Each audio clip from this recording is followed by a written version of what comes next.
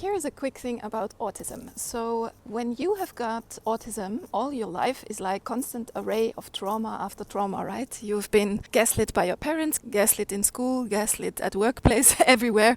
You just collected 7 billion traumatic experiences. And now you're about 40 or 45 years old, and you basically stopped interacting with human beings because you know that it only leads to trauma, no matter what you do. There is just no reward in being with humans. And then, of course, you are isolated, you are the outcast, and on top of that, you get shamed for this decision that you don't want to interact with humans anymore.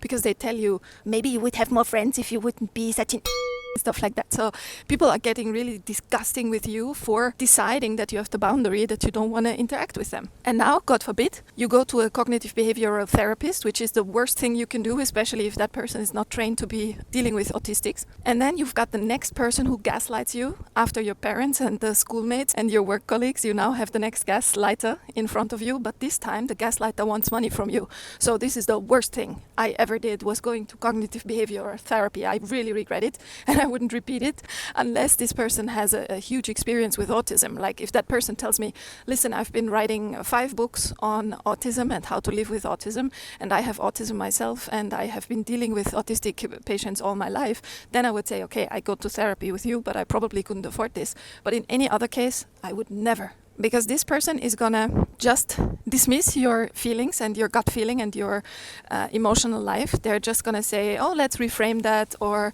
that's just cognitive distortion, or that's just black and white thinking, blah, blah, blah. You're gonna get gaslit from head to toe. The only thing that you can do to avoid this is just not go there.